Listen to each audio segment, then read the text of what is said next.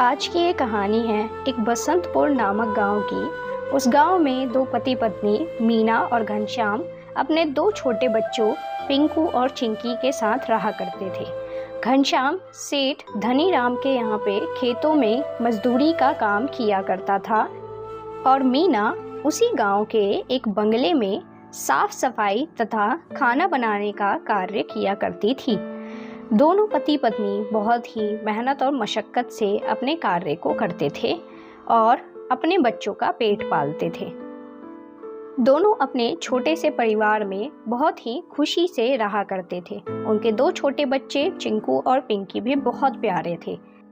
यूं तो गांव का तापमान हर बार ही 40 डिग्री से ऊपर चला जाता था। इस बार भी गर्मी कुछ कम नहीं थी। मीना, इस बार तो इतनी ज़्यादा गर्मी हो गई है कि पसीना बारिश की तरह टपकता ही रहता है। काम करना भी इतना ज़्यादा मुश्किल हो गया है कि बस क्या बताऊं। चलो मैं काम पर चलता हूँ वरना सेठ गुस्सा करेंगे। इतना कहकर घनश्याम काम के लिए चला जाता है और इधर मीना बच्चों को स्कूल छोड़ अपने काम पर चल देती है। रोज की तरह ही मीना यही सोच रही थी कि आज जाकर उसे कितने काम करने हैं। जिस घर में मीना काम करती थी उस घर में एक मालकिन जिसका नाम मालती अपने पति और एक छोटी सी बेटी के साथ रहती थी। जैसे ही मीना घर पे आती है वह बोलती है, थोड़ा जल्दी आया करो मीना, कितना लेट कर दिया आज तुमने। पता तो है ना तुम्हें कि हमारे घर में आज एक बर्थडे पार्टी है प्रियंका की। जी मालकिन, मुझे याद है कि मुझे पहले साफ सफाई करनी है, फिर खाना बनाना है, उसके बाद घर को भी सजाना है। तो आप चिंता मत करिए, मैं जल्दी काम खत्म कर लूँगी। इतना कहकर मीना पहले खाना बनाती है, उसके बाद घर की साफ सफाई करती है। फिर उसके बाद मीना तैयारी करती है रात की बर्थडे पार्टी के लिए। लीजिए मालकिन, मैंने सारा घर सजा दिया है आपकी बर्थडे पार्टी के लिए। अब क्या मैं जा सकती हूँ? ठीक है मीना, चली जाओ और शाम को याद रखना तुम्हें अपने बच्चों को लेकर आना है प्रियंका की पार्टी के लिए, ठीक है ना? लेट मत हो जाना, 7 बजे की टाइम है तो 7 बजे आना। इतना सुनने के बाद मीना चली जाती है शाम की पार्टी के लिए अपने बच्चों को तैयार करके लाने के लिए। शाम को मीना अपने बच्चों को तैयार करके बर्थडे पार्टी में ले आती है। अरे मीना, जल्दी आना था ना तुम्हें, इतना टाइम लगा दिया, तुम्हें पता तो है कि कितना काम है, चलो मेरे साथ। चिंकी, देखो तो इनका घर कितना ठंडा है, ऐसा लग रहा है जैसे बर्फ पड़ रही है। अरे ठंडा नहीं है ये, इसकी वजह से है क्योंकि हमारे घर में एसी लगी हुई है। हमारे यहाँ पे सारे कमरों में एसी है। तभी केक कट करने के लिए आवाज आती है, सभी खुशी खुशी केक कट करते हैं। उसके बाद मीना मालती के साथ काम करने के लिए चली जाती है। इधर बच्चे एसी की ठंडी हवा खाते खाते एक कमरे में पहुंच जाते हैं। चिंकी बोलती है, भैया देखो ये रूम भी कितना ज्यादा ठंडा है इनका, और ये बिस्तर तो देखो जैसे मखमल का है, चलो ना भैया इस पे बैठते हैं। इतना कह के बच्चे एसी की हवा खाते खाते उस बेड पे जाके बैठ जाते हैं। तभी मालती आ जाती है और कहती है, ये क्या कर रहे हो तुम दोनों मेरे कमरे के अंदर, उतरो यहाँ से नीचे। और फिर उनके ऊपर चिल्लाना शुरू कर देती है। उसकी आवाज सुनकर वहाँ पे मीना दौड़ती हुई आ जाती है। उसको आया देख मालती उससे बोलती है, ए मीना, तूने इनको समझाया नहीं था क्या? देख तेरे बच्चों ने अपने मैले कपड़े और गंदगी की वजह से मेरा पूरा बेड गंदा कर दिया है। औकात भी है इनकी इस बिस्तर पे बैठने की। मालकिन, आप इतना गुस्सा क्यों हो रही हैं? बेचारे बच्चे ही तो हैं, गलती हो गई इनसे। मैं आगे से ध्यान रखूंगी कि ये इधर उधर कहीं पे भी ना जाए। नहीं, बहुत हो गया, अब तू अपने बच्चों को उठा और यहाँ से चली जा। मुझे तुझ जैसे काम वाली की भी कोई जरूरत नहीं है, मैं किसी और को रख लूंगी काम पे। तुझे कल से यहाँ पे आने की भी कोई जरूरत नहीं है। तेरा और मेरा अब यहाँ पे कोई भी लेना देना नहीं है। तू चली जा अपने घर अपने इन बच्चों को। मालकिन, ये तो बच्चे हैं, गलती हो गई इनसे, मेरी आखिरी गलती समझकर माफ कर दीजिए। तो चुप कर मीना, मुझे तेरी कोई बात नहीं सुननी है। और मालती इतना कहकर उन सबको घर से बाहर निकाल देती है। इतना सुनने के बाद अब मीना घर आकर यही सोच रही थी कि कल से वो क्या करेगी। घर में तो खाने का एक दाना भी नहीं था। आज वो आखिरकार बच्चों को क्या बनाकर खिलाएगी। अब तो उसके पास नौकरी भी नहीं रही। सारा बोझ अब सिर्फ और सिर्फ घनश्याम के कंधों पर ही आ गया था। अब बच्चे आखिरकार क्या खाएंगे, भूखा तो नहीं सुला सकती उन्हें। तभी घनश्याम घर आ जाता है और ऐसे मीना को बैठा देख बोलता है, मीना तुमने खाना तो नहीं बनाया ना?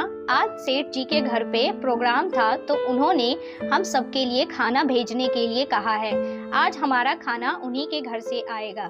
सब खाना खाने के लिए बैठ जाते हैं। मीना को ऐसे उदास देख घनश्याम सोचता है और जैसे ही बच्चे सो जाते हैं मीना बोलती है, क्या आपको पता है आज हमारे साथ क्या हुआ है? मुझे काम से निकाल दिया गया है और घर में आज एक भी दाना नहीं था जिसे मैं खाना पका के खिलाती इन बेचारे बच्चों को। कोई बात नहीं मीना, कल देखा जाएगा कि कैसे खाएंगे हम लोग। तुम चिंता मत करो, कुछ ना कुछ इंतजाम हो ही जाएगा। अब क्या ही कर सकते हैं अगर उन्होंने नहीं समझी तुम्हारी बात तो।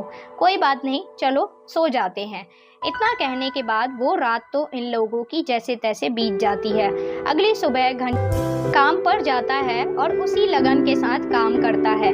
घनश्याम को भी पता था कि मीना की अब नौकरी नहीं रही है तो उसे ज़्यादा मेहनत करनी पड़ेगी। लेकिन इधर मीना भी बहुत परेशान थी और इसी वजह से वह मालकिन के पास दोबारा जाती है ताकि उनसे माफ़ी मांग सके।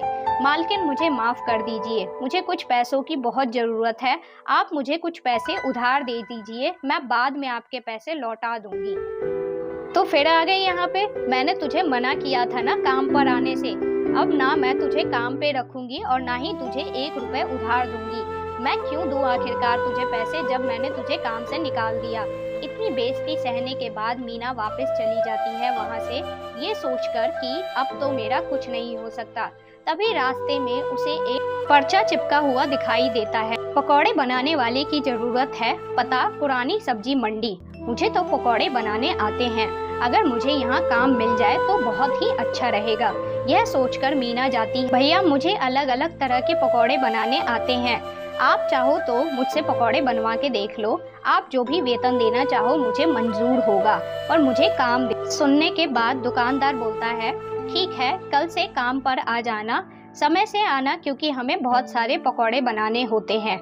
इतना कहने के बाद वह उसे जाने के लिए कहता है। अगली सुबह बच्चों को स्कूल छोड़कर मीना अब अपने काम की तरफ चल देती है।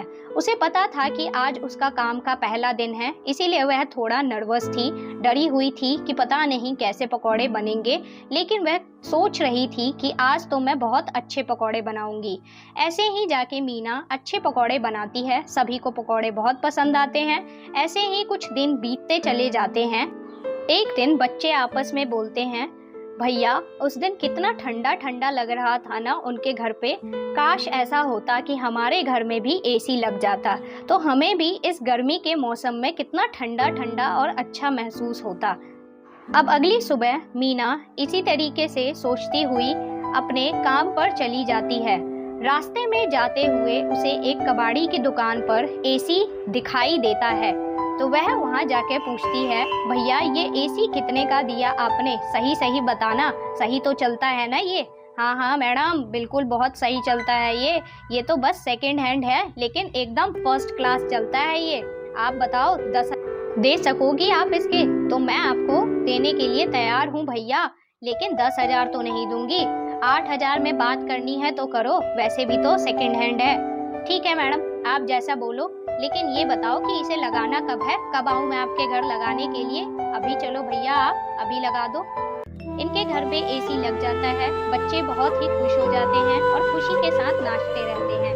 उनकी खुशी देखकर मीना को अब बहुत संतोष होता है। उधर घनश्याम भी घर आ जाता है और बोलता है, आखिरकार तुमने बच्चों की कर ही दी, लगवा ही दिया तुमने एसी।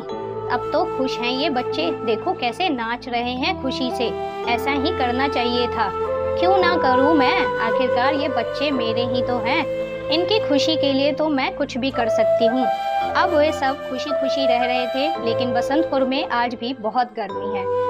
हमें कमेंट में जरूर बताइए आपको हमारी ये कहानी कैसी लगी। वीडियो को लाइक करके चैनल को सब्सक्राइब करना मत भूलना।